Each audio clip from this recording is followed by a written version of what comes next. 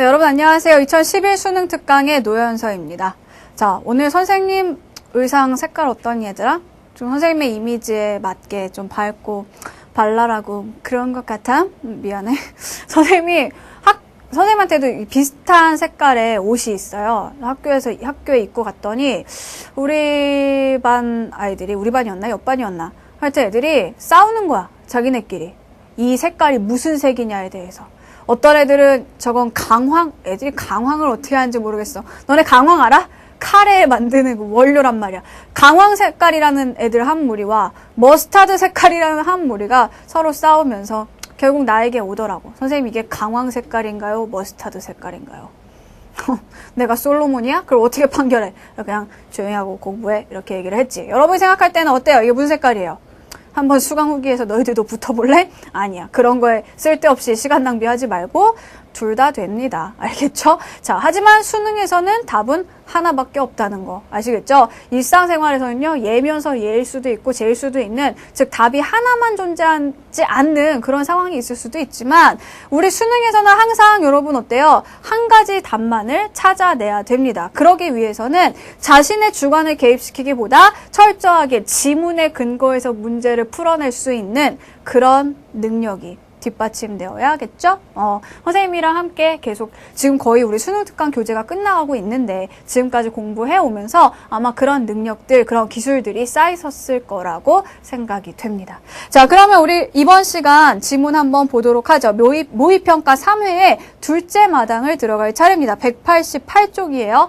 자, 188쪽을 보시면 과학 지문이 나와 있습니다. 자, 문제 살짝만 한번 보고 올게요. 네 문제가 있는데 1번 문제, 제목 물어보는 거야. 자, 제목 문제인 걸로 봐서 가장 중요한 핵심 정보를 물어보는 그런 문제가 되겠네요. 그죠? 자, 이 지문이 전체적으로 무엇에 관련된 내용인가? 가장 핵심적인 키워드가 무엇인가? 이런 거 찾아주시면 되겠고요. 2번 문제. 자, 위 글의 내용을 바탕으로 보기로부터 추리할 수 있는 내용으로 적절한 것은? 이라고 했습니다. 자, 얘 같은 경우에는 보니까 보기.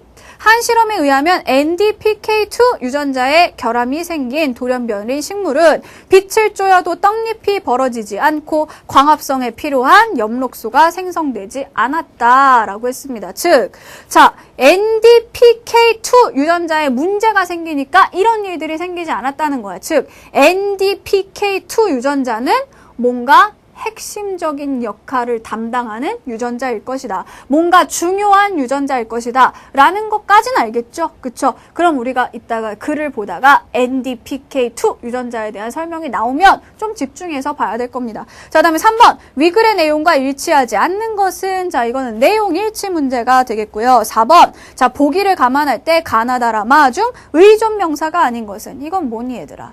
문법 문제가 결합되어 있습니다. 그래서 의존명사라는 개념, 예전에도 선생님이 살짝 알려준 적 있지만 오늘 또 확실하게 짚고 넘어가도록 할게요.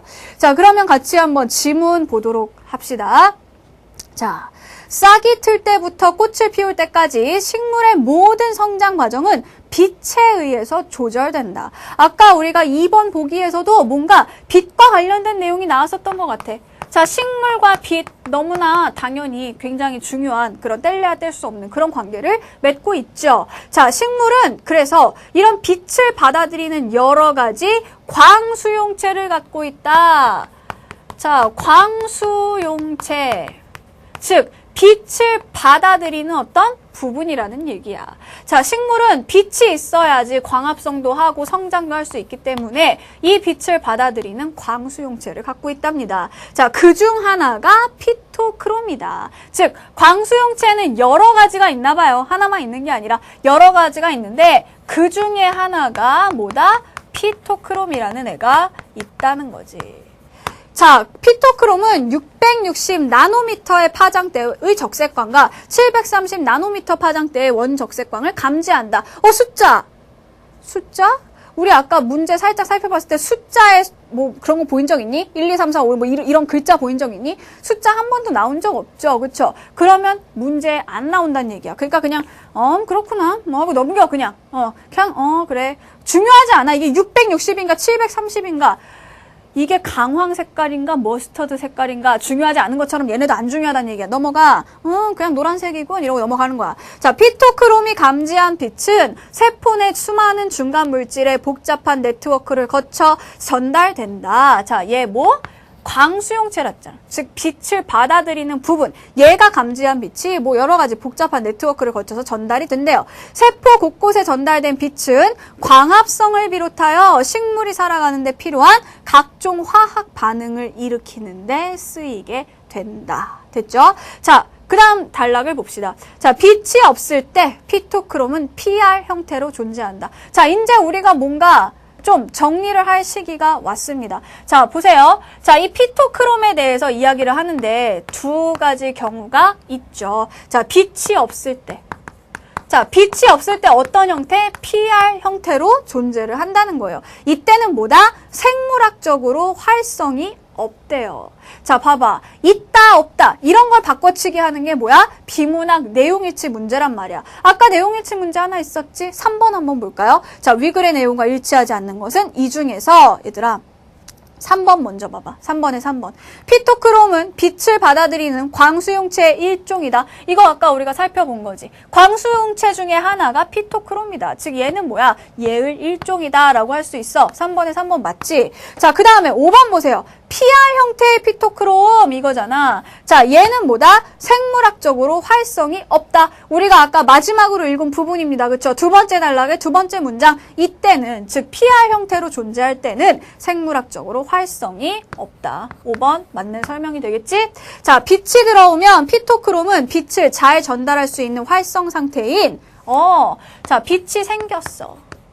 자, 그러면 이 PR 상태에서 어떤 상태로 변하게 된다? PFR 형태로 변신을 한답니다. 자, 얘가 얘로 변신 짜잔 했어요. 자, 이때 빛이 세포 내로 한꺼번에 너무 많이 전달되는 것을 막기 위해 자, 뭐야? 이 피토크롬은요. 자, 피토크롬은 자, 얘는 빛이 식물체로 들어올 수 있게 얘를 받아들이는 장치야. 근데 다 받아들이면 안 돼. 너무 많이 들어오면 안 되니까 이것을 막기 위해서 일부 피토크롬의 경우 인산기가 결합하여 활성을 감소시킨다라는 겁니다. 즉, 얘가 빛이 있을 때 자, 활성화된 PFR 형태로 바뀌게 되는데 자, 얘로 변신을 하면서 또한 어떤 일이 생겨나게 되느냐. 자, 인산기의 결합으로 뭐니? 얘가 활성을 감소시키게 된다. 자, 그러면 3번 다시 한번 봐봐. 자, 3번에 4번. 자, 피토크롬에 뭐? 인산기가 결합하면 피토크롬의 활성이 떨어진다. 맞는 설명 되겠지? 4번도 역시 맞아요. 자, 계속해서 봅시다. 피토크롬은 스스로 또는 다른 인산화 효소의 도움을 받아 이 같은 자, 이 같은이 뭐야? 바로 앞에 있는 말이죠. 이 같은 인산화 반응이란 뭐겠어요? 결국 피토크롬의 인산기가 결합하는 그 반응을 얘기하는 거겠죠. 자, 이 같은 인산화 반응을 일으키려면 피토크롬이 어떻게 한다고? 스스로 하든지 아니면 다른 인산화 효소의 도움을 받든지 할 수 있다는 겁니다. 자, 그러면 3번에 2번 봐봐. 자, 3번에 2번 보니까 뭐라고 돼 있어? 이런 인산화 반응이 스스로 하거나 아니면은 다른 효소의 도움을 받는다라고 했는데 자, 2번 보니까 뭐라고 나와 있죠? 자, 피토크롬은 스스로는 인산화 반응을 일으킬 수 없다라고 돼 있네. 왜 없어? 스스로 가능한데. 얘가 정답이네. 3번. 그죠? 스스로도 할 수 있어요. 3번에 2번이 답. 자, 계속해서 보도록 합시다. 자, 인산화 반응은 생물체 내에서 여러 수용체 분자의 각종 기능을 조절하는데 중추적인 역할을 한다. 자, 얘들아 봐봐. 이 글의 구조를 지금 보면은요. 처음에 광수용체에 대한 얘기를 했어. 그래서 이 얘기를 다 할 줄 알았어. 아니네. 범위를 좁혀서 피토크롬이라는 광수용체의 일부분에 대해서 얘기를 했습니다. 그래서 피토크롬 전체에 대해서 얘가 하는 활동 전체에 대해서 얘기를 할 줄 알았어. 그랬더니 아니야. 그 중에서 빛이 있을 때 얘가 활성화되는데 그 중에서 뭐? 아, 활성을 떨어뜨리는 활동으로 또 범위가 작아지고 있잖아. 그치? 그래서 얘가 뭐라고 아까 얘기했듯이 이런 거를 인산화 반응이라고 해. 피토크롬, 왜 자꾸 크렘이라고 하지? 자, 피토크롬 자체에 대한 관심이 아니라 인산화 반응에 대한 관심으로 또 좁혀가고 있죠. 그쵸? 자, 이제는 뭐야? 자, 인산화 반응은 생물체 내에서 여러 수용체 분자의 각종 기능을 조절하는데 중추적인 역할을 한다. 얘에 대해서 얘기하고 있는 거구나. 얘가 어떤 중추적인 역할을 하는 건지 궁금하구나. 이거에 대해서 얘기를 하겠구나. 됐죠? 자, 그럼 보세요. 피토크롬의 인산화 반응이 세포 내에서 어떻게 조절되는 것일까? 자, 얘들아, 어떻게라는 말이 나왔어. 특히 과학 지문이나 기술 지문에서 어떻게라는 말이 나왔다. 이 어떻게가 의미하는 것은 과정이야. 과정에 대해서 이야기를 하게 될 거란 말이야. 자, 그러면 이 과정 분명 나중에 문제로 또 나오겠죠. 자, 보세요. 이는 활성 상태인 PFR 피토크롬을 찾아내어 결합하면서 자, 봐봐. 어디 있었어? 활성 상태인 얘. PFR 피토크롬을 찾아내서 결합하면서 피토크롬의 가운데 부분에 있는 인산기를 떼어내는 단백질인 PAPPO에 의해서 이루어지게 된다는 겁니다. 점점 좁아지네요, 범위가. 자, 인산화 반응이 어떻게 이루어지냐, 그 과정에 대해서 이야기를 할 때 결국 얘를 일으키는 핵심은 뭐다? 얘라는 거지. 얘에 의해서 인산화 반응이 일어나게 되는 것이다. 자, 그러면 글의 핵심적인 어떤 무게가 어디로 실리게 되는 거야? 이제 얘한테 실리게 된다는 거지. 그러면 얘가 하는 역할이 뭔지 다시 한번 정리를 해주겠죠, 뒤에서. 자, 정리를 해줍니다. 뭐라고 돼 있니? 자, PAPPO5. 자, 이거에 의해서 인산기가 떨어져 나간 PFR 피토크롬은 자, 세포 내에서 빛을 이용하는 화학 반응의 초기 단계를 조절하는 NDPK2라는 물질과 잘 결합한다. 자, 다시 봅시다. 자, 얘가 하는 역할이 뭐냐? 자, 얘는 일단 PFR. 자, 얘가 뭐죠? PFR 피토크롬. 활성 상태인 자, PFR 피토크롬. 자, 얘가 가지고 있는 이 피토크롬이 가지고 있는 가운데에 있는 자, 가운데의 인산기를 떼어버린대. 얘가 하는 역할이. 자, 이 PAPP5가 하는 일이요. 자, 이거를 떼어내면은요. 자, 이 가운데 인산기가 떨어진 PFR 피토크롬은요. 얘는 뭐와 잘 결합이 된다? NDPK2 얘랑 잘 결합을 할 수 있네. 근데 아까 뭐라 그랬지? 얘가 나오면 눈을 크게 뜨고 보자 라고 했죠. 왜? 이유가 뭐야? 2번 문제 풀어야 되잖아. 2번에 봤을 때 얘가 뭔가 핵심적인 역할을 하는 유전자라 그랬어. 그 핵심적인 역할이 뭐냐는 거잖아, 지금. 그지? 얘가 무슨 일을 하는 것인가? 일단 얘랑 얘를 잘 결합시켜주는 역할을 하는 게 얘래. 얘는 그래서 중요해. 이거랑 이거를 결합시켜주니까. 그럼 얘가 꼭 결합이 돼야 되는 애인가 봐. 얘가 없으면 아까 뭐라 그랬지? 빛이 있으면 뭐해? 떡잎이 벌어지지 않아. 광합성에 필요한 엽록소가 생성되지 않아. 즉, 얘가 없으면 아무리 빛이 있어도 식물이 그 빛을 받아들이지 못한다는 거죠. 계속 그 지문을 보도록 할게요. 자, PFR 피토크롬과 NDPK2가 만나면 화학 반응의 다음 단계로 신호가 전달된다. 즉, 얘네들이 결합하게 되면 어떻게 된다? 다음 단계로 신호가 전달된다. 얘가 그런 역할을 하는 거네. 계속 보자. 자, 결국 PAPP5가 자, 피토크롬의 인산화 상태를 조절하여 자, 얘가 하는 역할이 뭐다? 피토크롬의 인산화 상태를 조절한다는 거야. 자, 그 조절한다라는 내용 어디 나와 있니? 3번 문제 1번 선택지에 나와 있죠. 그쵸? PAPP5는 피토크롬의 인산화 상태를 조절한다. 그대로 나와 있습니다. 자, 이럼으로써 어때? 우리 3번에 1, 2, 3, 4, 5번 선택지 다 확인한 겁니다. 그쵸? 답은 2번이었고요. 스스로도 할 수 있다고 했으니까. 자, 다시 이쪽으로 돌아오게 되면은요. 자, 얘가 결국 얘는 피토크롬의 인산화 상태를 조절하여 빛 전달에 관여하는 중간 물질에 대한 결합력을 좌지우지하는 셈이다. 자, 결합? 지금 중요한 건 뭐야? 얘한테 얘를 결합시켜주는 역할을 하는 애가 얘란 말이야. 얘가 얘네들의 결합을 좌지우지한대. 그런데 여기 보면 얘를 다른 말로 표현한 게 있죠. 뭐라고 돼 있어? 뭐라고 돼 있어? 자, 빛 전달에 관여하는 중간 물질에 대한 결합력이라고 돼 있잖아. 즉 얘가 뭐란 얘기야? 빛 전달에 관여하는 중간 물질이라는 얘기야. 이거에 관련된 결합력을 좌지우지한다라고 했으니까 얘가 그 역할을 하고 있다는 거지. 자, 그러면 3번 문제, 2번 문제도 풀리게 되겠죠. 얘가 뭐 한다고? 신호 전달한다. 그 신호는 뭐야? 빛을 전달하는 그런 기능과 관련이 있다는 거잖아. 빛 전달에 관여하는 어떤 물질이 얘라는 거잖아. 그럼 답 찾을 수 있죠. 뭐야? 1번이지. 광신호 전달. 광이 뭐야? 빛이잖아. 빛을 전달하는 핵심적인 역할을 담당하는 것이 바로 얘다라고 볼 수 있는 겁니다. 그래서 문맥을 통해서 우리가 찾아냈죠. 얘를 뒤에다 똑같이 안 써주고 치사하게 다른 말로 바꿔서 써준 거지. 그 핵심적인 물질이 뭔가 그거를 앞에서 찾아내는 그런 문제였어요. 그래서 답은 몇 번? 1번이다. 됐죠? 자, 계속 다시 질문으로 돌아오도록 할게요.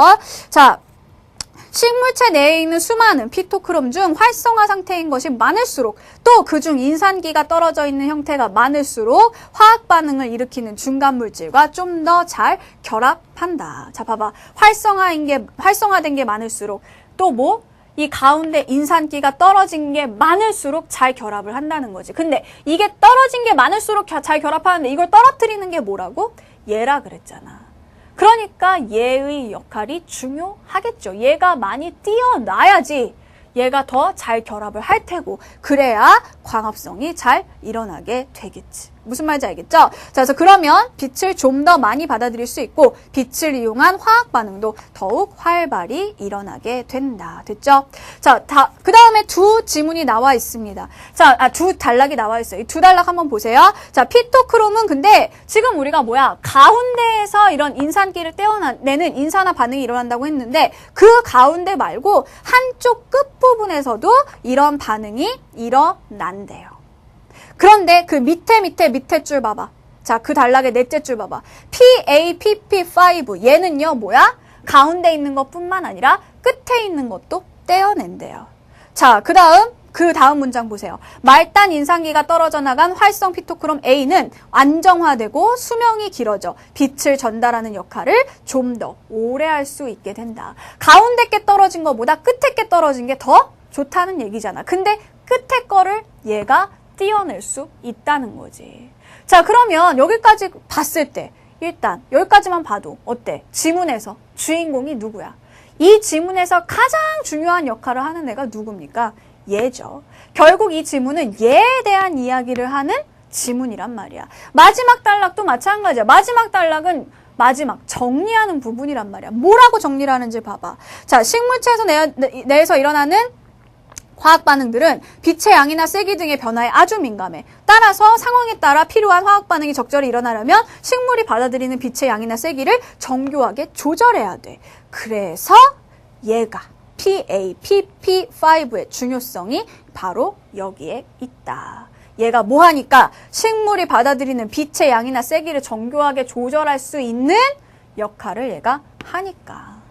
그렇게 할 수 있도록 얘가 인산화 반응을 일으키니까 얘가 중요하다는 거지. 자, 그럼 선생님이 왜 자꾸 이 글에서 핵심어를 찾았을까요? 이 글의 주인공이 누군지 왜 찾았을까?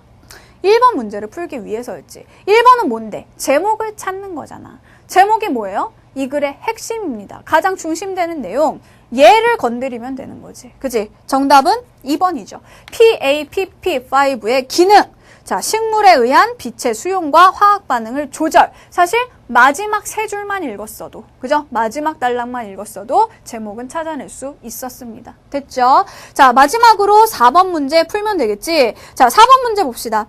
자, 보기를 감안할 때 가나다라마 중 의존 명사가 아닌 것은 이라고 했어요. 자, 오늘 가야 되는 개념이 바로 이 의존 명사입니다. 자, 의존 명사, 뭐? 명사는 명사인데 원래 명사는 자립성이 있잖아요. 책, 꽃, 뭐 칠판, 뭐 선생님 이런 거 다 자립할 수 있는 그런 단어들인데 의존 명사란 명사임에도 불구하고 혼자서 쓰이지 못하고 다른 거에 기대야 된다는 겁니다. 다른 거에 의존해야 된다는 얘기야. 자, 그러면 의존명사 정말 문제로 이런 식으로 중간에 들어가 있는 문제뿐만 아니라 어법 문제, 뭐 언어생활 지문 이런 걸로 다 활용될 수가 있어요. 그러니까 이 부분 같이 한번 보면서 우리 이 부분을 보면서 이 문제를 풀면서 확실하게 개념 정리를 해놓고 가도록 하겠습니다. 자, 먼저 보기를 볼게요. 자, 명사는 자립성의 유무에 따라 자립명사와 의존명사로 나뉜다. 자립성이 뭐야? 홀로 설 수 있냐라는 거죠. 그렇죠? 혼자 쓸 수 있냐에 따라서 쓸 수 있으면 자립명사 아니면 의존명사라는 거야. 의존명사는 문장에서 자립성이 없으면 자, 지금 우리가 찾아야 되는 게 뭐야? 의존명사가 아닌 걸 찾아야 되잖아. 자, 지금 여기를 보니까 의존명사는 뭐래? 문장 속에서 자립성이 없다는 겁니다. 즉, 홀로 쓰이지 못한다는 거죠. 혼자 쓰일 수 없으며 반드시 뭐? 관형어의 수식을 받아야 됩니다. 자, 관형어의 수식을 받는다. 즉, 의존명사 앞에 얘를 꾸며주는 말이 있어야 된다는 거야. 따라서 문장의 첫머리에는 나타날 수 없다. 자, 문장의 맨 처음에 자, 문장 첫머리에 쓸 수 없어요. 왜? 얘부터 시작할 수 있는 문장은 없기 때문이야. 반드시 앞에 뭐가 있어야 된다? 얘를 꾸며주는 관형어가 있어야 되는 거지.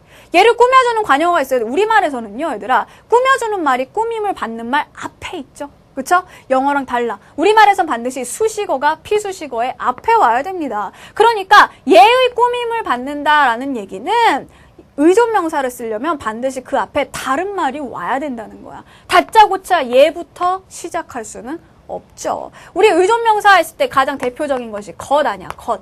그치? 것. 것이 있어. 이런 말 못 써. 그치? 것은요, 문장의 맨 앞으로 올 수가 없어요.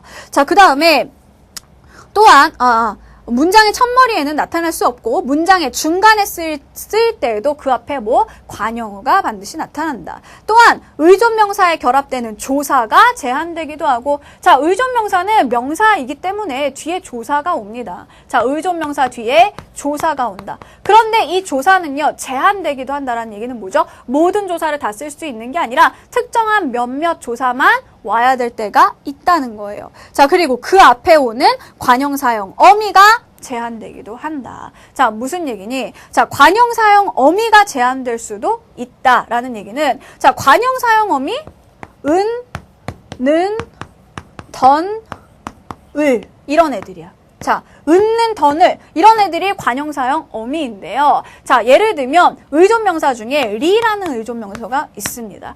그럴 리가 없어. 걔가 집에 안 갔을 리가 없어. 할 때 그 리 말이죠.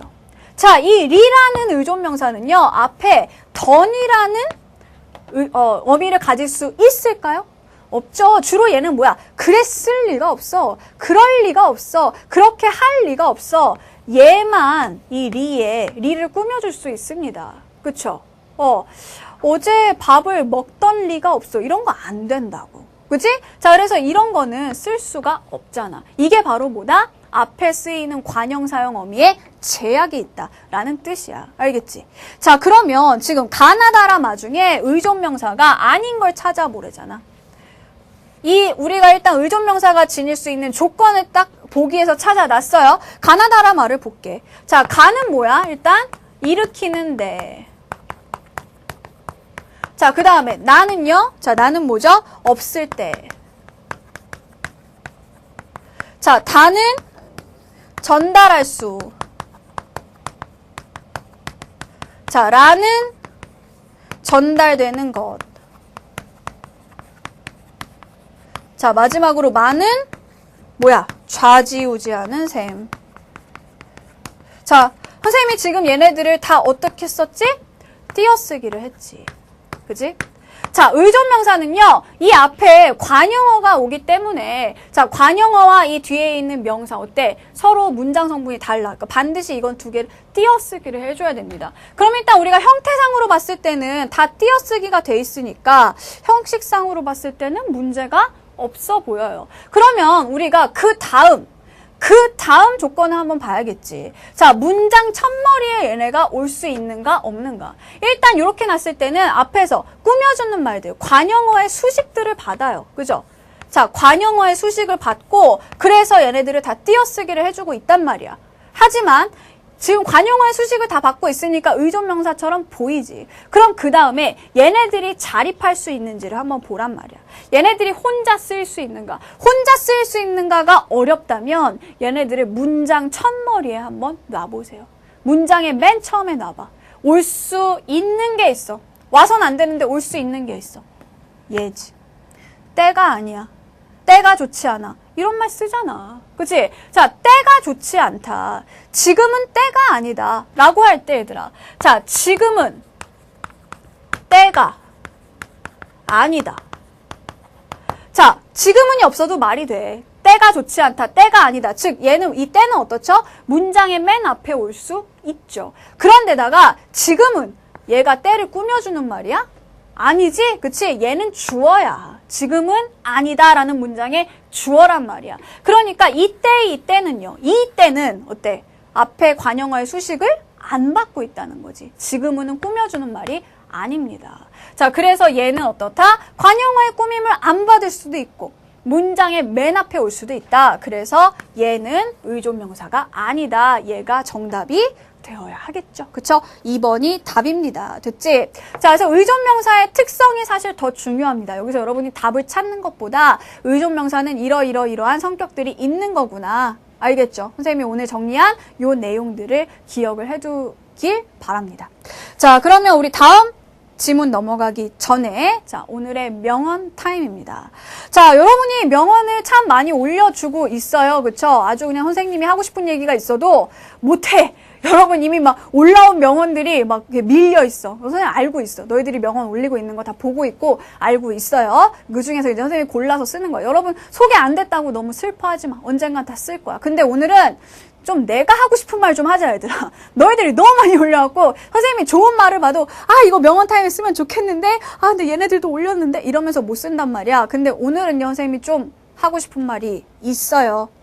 자, 선생님이 잘 보는 책에 나와 있는, 자주 보는 책에 나와 있는 그런 말입니다. 같이 한번 보시죠. 누구에게 자신의 고통을 호소할 수 있는 한 당신은 고통에 대해 아무런 말도 할 수 없는 사람보다 나은 상태고 따라서 당신에겐 여전히 남을 돌볼 수 있는 힘이 있다. 엄기호라는 분이 한 이야기입니다.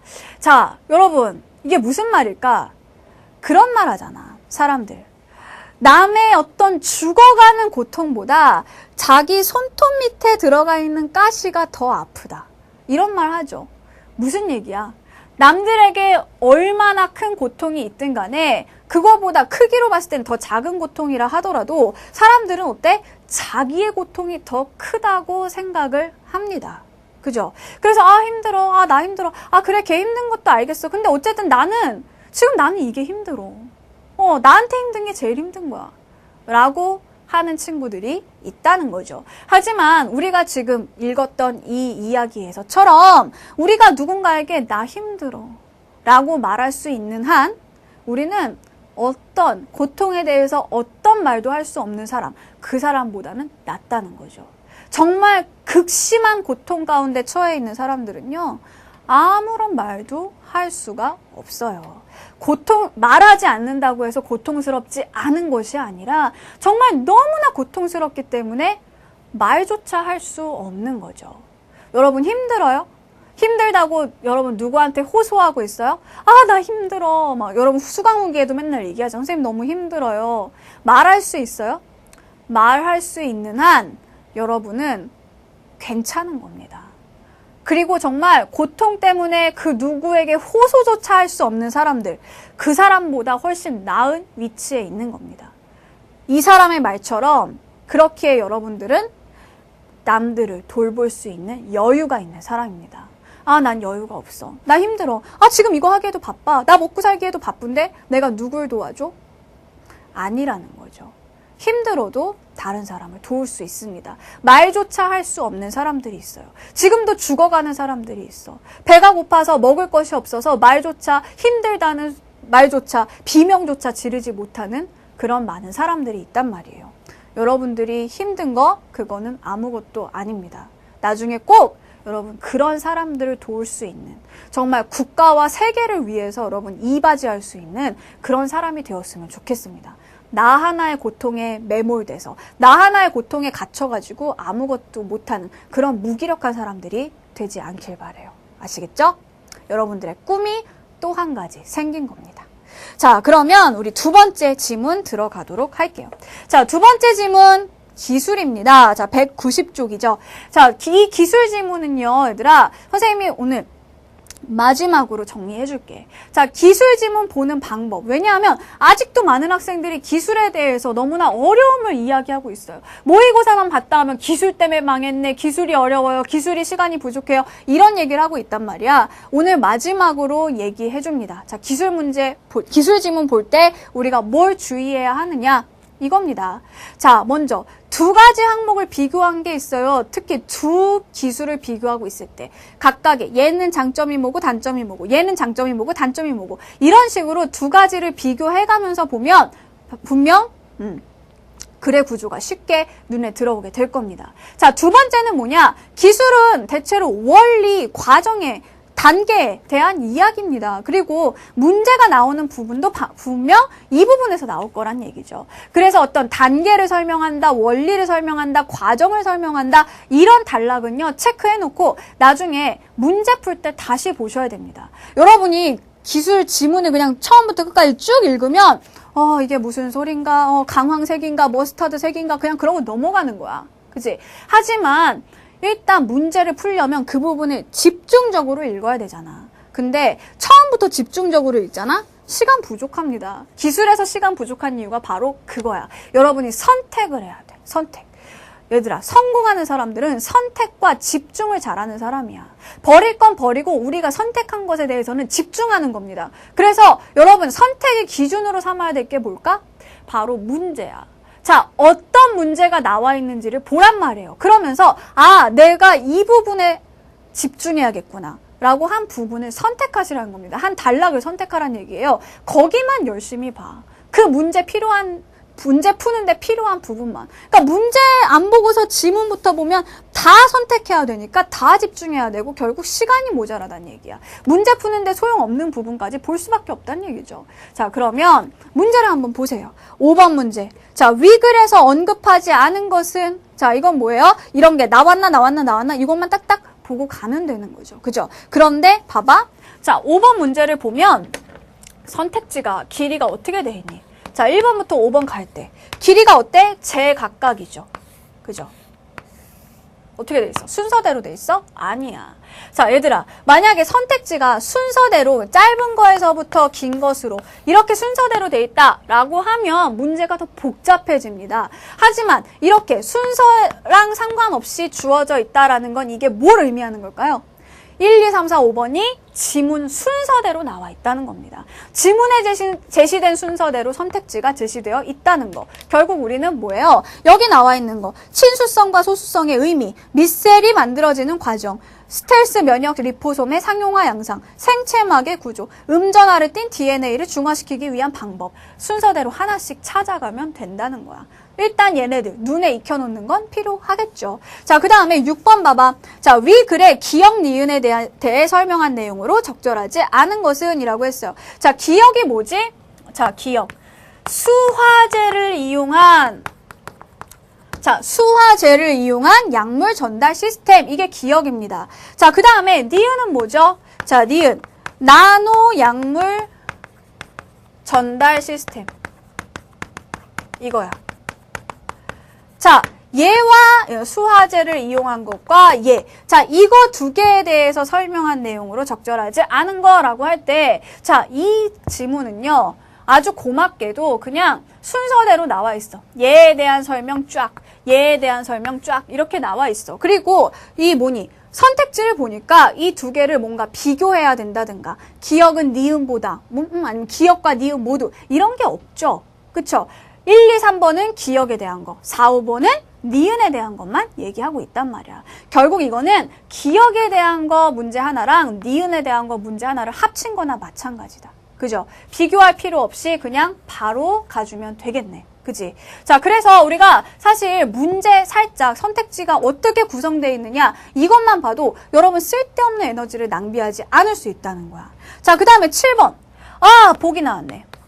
자, 기술에서 보기가 나왔다. 그리고 보기가 뭐야? 스텔스 면역 리포솜의 약물 전달 시스템이 기능하는 과정이야. 자, 보기의 과정이 나왔어. 심지어 이 과정을 A, B, C로 정리를 해주고 있네요. 자, 그러면 이 지문에서 핵심이 되는 문제는 이 문제인 것 같아. 7번 문제를 푸는 게 가장 핵심인 거야. 왜? 과정을 묻고 있으니까. A, B, C로 정리를 해놨는데 자, 이것들과 관련된 설명으로 적절하지 않은 거. 그럼 우리가 정독해야 되는, 즉 집중해서 읽어야 되는 단락을 선택한다면 뭐야? 스텔스 면역 리포솜의 약물 전달 시스템과 관련된 단락을 여러분이 찾아야 되겠죠. 자, 그거는 뭐가 되겠니? 이따 찾아줄게. 자, 마지막으로 8번은요. 이거는 뭐니? 문맥적 의미, 어휘 문제니까 마지막에 풀어보도록 하겠습니다. 자, 그럼 일단 우리가 얘를 좀 핵심적으로 봐야 되겠구나 라는 걸 생각하고 그 다음에 얘네들도 조금씩 봐야 돼. 그치? 1번에서 3번 보고 4번에서 5번 보고 자, 이런 식으로 계획을 세워가지고 한번 지문을 보도록 하죠. 자, 첫 번째 단락. 최근 과학자들은 부작용과 불편을 최소화하는 약물 전달 시스템을 개발하는 실마리를 나노과학에서 찾고 있다. 나노 약물 전달 시스템이 어떻게 웰빙 의약품을 만들어주는지 살펴보자. 자, 어떻게 라는 말이 나오면 뭐라 그랬지? 이거는 과정이라 그랬어. 나노 약물 전달 시스템, 이게 웰빙 의약품을 어떻게 만들어주냐, 어떤 과정을 거쳐서 만들어주냐, 이게 뭐니? 이 글의 전체적인 내용이 되겠죠. 그죠? 근데 제목이나 뭐 이런 핵심 내용 묻는 문제가 없으니까 일단 넘어가겠어요. 자, 두 번째 단락을 봅시다. 자, 두 번째 단락을 보니까 자, 설탕처럼 물에 잘 녹는 분자는 친수성이라고 부르는 반면 지방처럼 물에 잘 녹지 않는 분자는 소수성이라고 부른다. 친수성과 소수성의 개념을 설명하고 있죠. 자, 5번 봐봐. 자, 5번에 1번 보니까 뭐라고 돼 있어요? 자, 친수성과 소수성의 의미 여기에서 밝혀주고 있습니다. 그쵸? 자, 그런데 화학자들은 보자. 친수성 부분과 소수성 부분을 동시에 갖고 있는 고분자를 만들 수 있다. 자, 이들을 물에 녹이면 수십 수백 개가 서로 모여 지름이 5에서 100나노미터인 공 같은 나노 입자를 만드는데 이를 미셀이라고 부른다. 자, 지금 이게 뭐예요? 두 번째 봐봐. 선생님 아까 뭐라 했어? 5번 문제. 순서대로 등장할 거라고 했지? 자, 미셀이 만들어지는 과정. 방금 읽었던 문장입니다. 그죠? 자, 친수성 부분과 소수성 부분을 동시에 갖고 있는 고분자를 물에 녹인대. 그럼 수십 수백 개가 모인대. 그래서 지름이 5에서 100나노미터인 공 같은 나노 입자를 만든대. 그게 미셀이잖아. 미셀 만들어지는 과정 나와 있습니다. 자, 그 다음에 이때 온도를 올려주면 미셀 표면의 소수성이 증가하여 서로 엉기면서 젤이 형성된다. 이를 수화젤이라고 한다. 자, 수화젤 나왔네요. 자, 우리가 이제 몇 번 문제로 가서 얘를 봐줘야 될까? 6번 문제를 봐야겠지, 그치? 자, 6번 문제 1번부터 3번까지의 내용을 한번 이 부분, 이 지문에 적용을 시켜보도록 합시다. 자, 계속 보자. 자, 이 젤이, 수화젤이 어떻게 형성됐다고 돼 있지? 앞에 보면. 자, 미셀 표면의 소수성이 증가해서 서로 엉긴다. 그래서 젤이 형성됐다. 그게 수화젤이라는 거잖아. 즉, 수화젤이 되기 위해서는 뭐? 소수성이 증가해야 된다라는 걸 알 수 있네? 자, 그런데 3번 봐봐. 자, 6번에 3번 뭐라고 돼 있니? 친수성 증가에 따라서 나타나는 현상을 활용한 거다. 아니잖아. 지금 여기선 친수성 증가가 아니라 소수성 증가가 일어나야 돼. 그죠? 자, 그러니까 3번 잘못된 설명이네. 얘가 정답이야. 3번이. 됐죠? 나머지 1, 2번은 그럼 편하게 보도록 하겠어요. 자, 보자.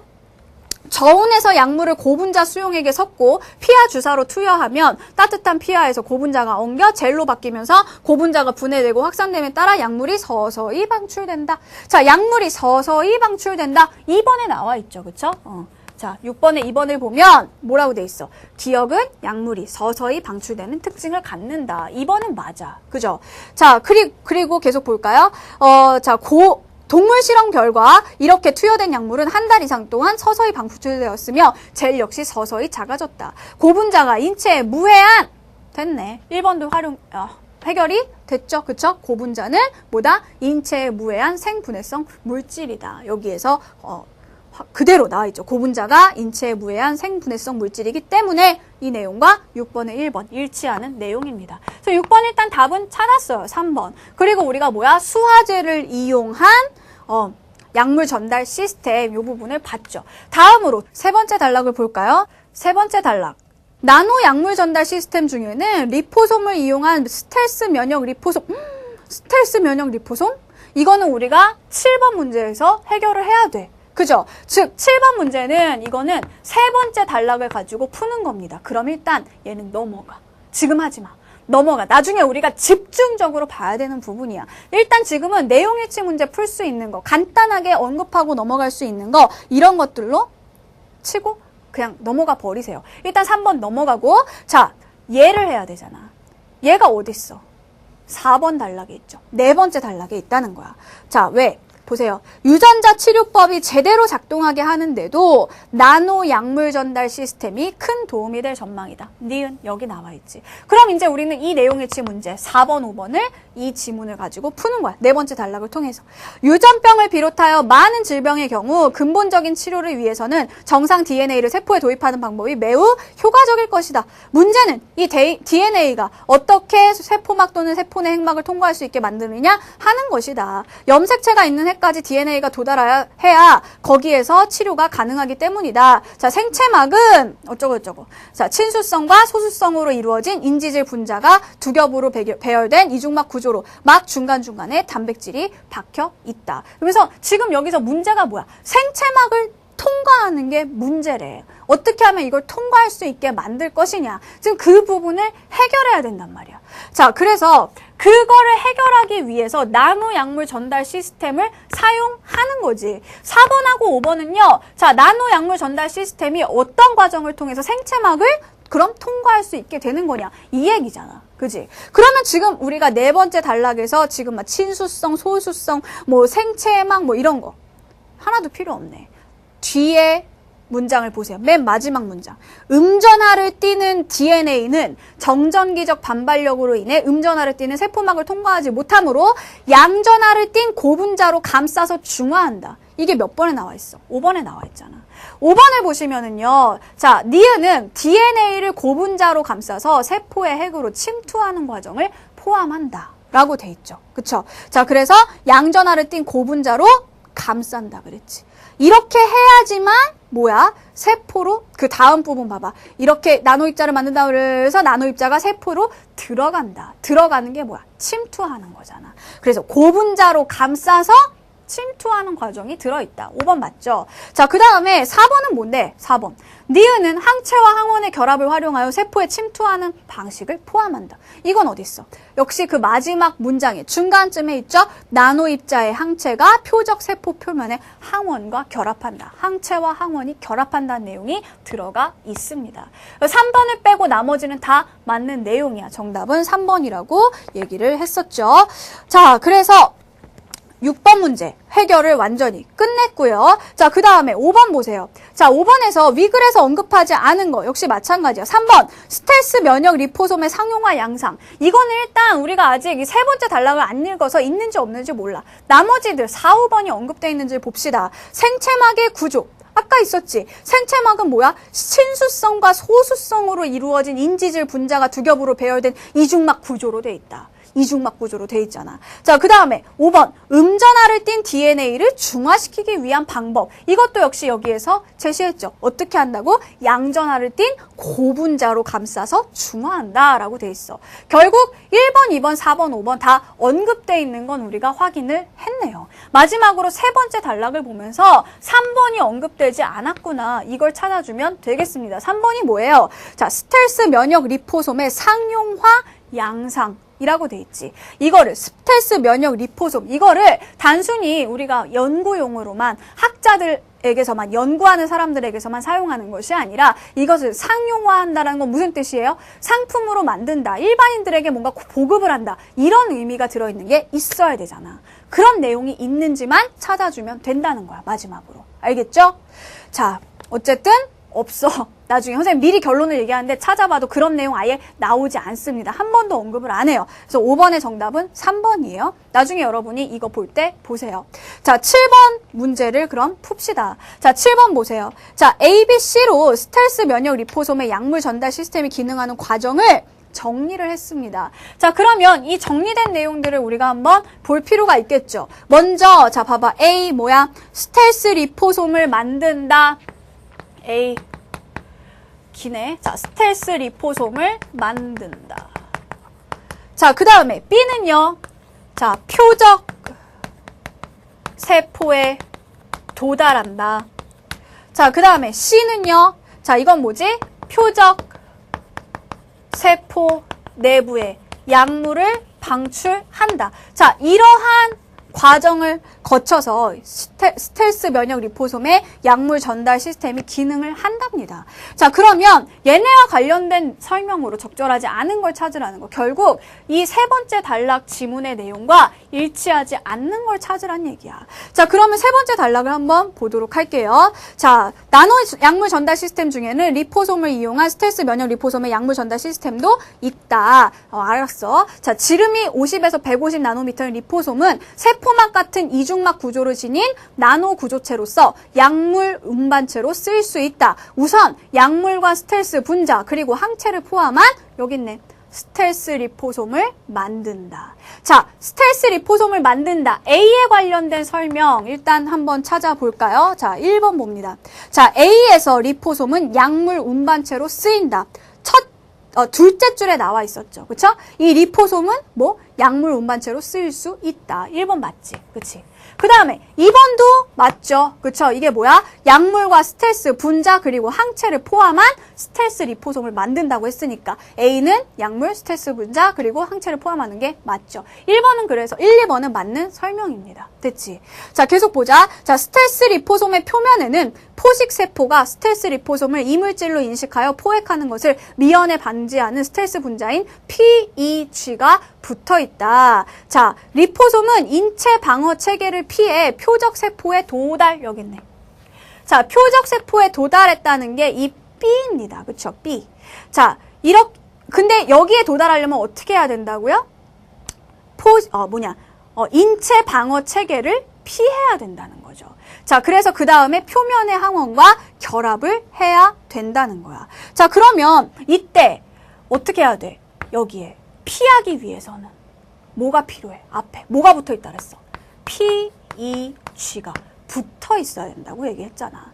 여기 어디 봐도 PEG가 제거된다. PEG가 없어져야 된다. 이런 말 있니? 없다. 자, 그러니까 3번 보세요. 자, B는 PEG가 제거되는 과정을 거쳐서 이루어진다. 안 돼. 그런 과정이 나와 있지도 않을 뿐더러 얘가 없어지면 안 됩니다. 면역 체계를 피할 수가 없단 얘기야. 3번이 정답이 되겠죠. 그죠? 제거되면 안 됩니다. 자, 그 다음 계속 봅시다. 그래서 암세포 속으로 들어가 터지면서 약물을 방출한다. 여기 있네. 자, 표적세포 속에 들어가서 약물을 방출하는 과정. 이게 C입니다. 자, C가 되려면 어떻게 해야 돼? 먼저 표적세포에 도달한 다음에 뭐가? 표면의 항원과 결합을 해야 된다라고 나와 있죠. 그러면 여기에서 여기로 넘어가는 과정 5번을 보세요. B와 C 사이에는 뭐다? 표적세포 표면의 항원과의 결합이 이루어진다. 결합 제대로 짚어주고 있는 거죠. 자, 그러면 남은 게 4번이야. 일단 답은 3번인 거 알겠는데 4번은 그럼 어떻게 찾을까요? 4번 뭔데? 자, A와 B 사이에는 스텔스 기능이 구현된다라고 돼 있어. 스텔스 기능이 구현된다고? 이게 뭔데? 스텔스 기능이 뭔데? 일단 얘가 뭔지 알아야 될 거 아니야. 근데 우리는 일단 얘에 대한 배경 지식이 없습니다. 얘들아, 배경 지식 없이 풀 수 있는 문제는 검토 단계에서 다 잘립니다. 절대 나올 수가 없어요. 즉, 스텔스 기능에 대해서 지문의 어딘가에서는 알려주고 있을 거라는 거지. 어디 있어? 바로 밑에 있죠. 즉, 자, 세 번째 단락에 밑에서 둘째 줄 봐봐. 즉, 인체의 방어 체계를 피하는 스텔스 기능. 아, 이 기능의 의미가 그거구나. 인체의 방어 체계를 피하는 거구나. 바로 그 과정이 어디에 들어가는 거죠? 여기에서 여기로 넘어갈 때 이 과정에 들어가는 거지. 그래서 방어 체계를 피해야 여기에 들어갈 수 있다. 여기에 도달할 수 있다라고 얘기했잖아요. 그래서 4번이 뭐예요? A와 B 사이에는 스텔스 기능이 구현된다. 맞는 소리죠. 그렇죠? 7번의 정답은 3번이다. 됐어요. 자, 선택과 집중을 잘 하시란 얘기예요. 다 똑같은 그런 중요도를 가지고 보는 게 아니라. 자, 마지막으로 8번 문맥적 의미 묻는 문제입니다. 자, 선생님이 문맥적 의미 물어보는 문제는 어떻게 접근하라고? 의미로 접근하면 틀립니다. 여기에서도 문제 다 문제로 놓고 생각하면 정말 문제가 생겨요. 무슨 말인지 모르겠단 말이야. 자, 얘를 풀기 위해서는 뭘로 본다? 구조로 접근을 한다는 거지. 그럼 같이 한번 이 부분은 선택지 같이 한번 선생님이랑 볼게요. 자, 일단 봐봐. 지금 자, 문제는 이 DNA가 어떻게 세포막 또는 세포 내 핵막을 통과할 수 있게 만드느냐 하는 것이다. 얘들아, 지금 우리가 찾아야 되는 게 이 본문에 있는 문제와 같은 의미로 쓰인 거거든. 비슷한 의미로 쓰이는 거거든. 근데 지금 이 구조를 한번 보세요. 자, 구조. 여기에서 문제는요. 얘 혼자서 살 수 있니? 아니야. 반드시 이 문제는 이러한 것이다. 그죠? 그래서 결국 얘는 A는 B다 라는 형식을 가져요. 이거를 좀 더 명확하게 써보면 자, 지금 문제가 되는 것은 자, 문제는 A다 라는 형식을 가진단 말이야. 자, 이런 형식을 가지고 있는 애를 찾으면 사실 답은 하나야. 뭐야? 문제는 돈이야. 이거잖아. 그지? 지금 여기서 문제가 생겼다. 문제가 크다. 문제를 일으켰다. 자, 이런 식으로 문제 자체가 어떤 하나의 대상, 하나의 독립적인 대상이 되는 그런 문제가 아니야, 여기에서는. 문제는 A다라고 해서 반드시 얘를 설명해 줄 수 있는 말. 얘에 해당하는 것을 그래서 제시해 줘야 된다는 거죠. 지금 여기 나와 있잖아. 문제에 해당하는 것이 무엇인지 돈이라고 제시를 해줬죠. 이런 형식으로 돼 있는 거는 1번밖에 없다는 얘기야. 얘가 그래서 답이야. 문맥적 의미는 항상 뭘로 접근해라? 형식적으로 접근하면 문제가 다 풀리게 되어 있다라고 선생님이 얘기했잖아. 구조나 형식으로 접근하시란 말이에요. 자, 2번 같은 경우에는 봐봐. 자, 존폐 문제가 거론되었다. 여기에서 문제가 뭐다란 얘기는 없어. 그냥 그 문제가 존폐 정도? 이 학교의 존폐 정도? 이게 문제의 내용이 될 수는 있겠지. 하지만 여기에서는 문제에 대해서 설명을 하는 것이 아니라 그 어떤 하나의 사안을 가지고 사람들이 이야기하기 시작했다. 그게 문제점이다. 이 얘기를 하고 있는 거라고. 그지? 얘 안 돼. 그 다음에 3번이요.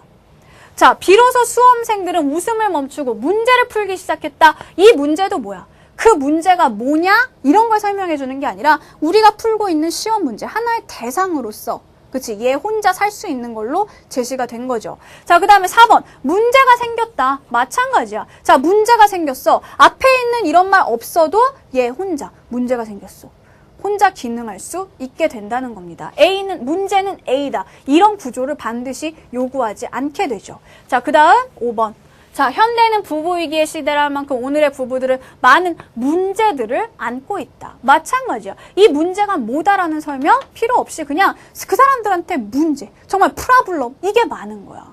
무슨 말인지 알겠죠? 자, 그래서 구조로 접근할 때는 너무나 쉽게 풀릴 수 있는 그런 문제였는데 여러분이 의미로 접근하다 보니까 다른 것들 사이에서, 그지? 특히 2번이라든가, 그죠? 5번이라든가 이런 것들 사이에서 헷갈릴 수밖에 없었던 겁니다. 반드시 어휘 문제, 특히 이런 문맥적 의미 문제는 구조로 접근을 하시면 됩니다.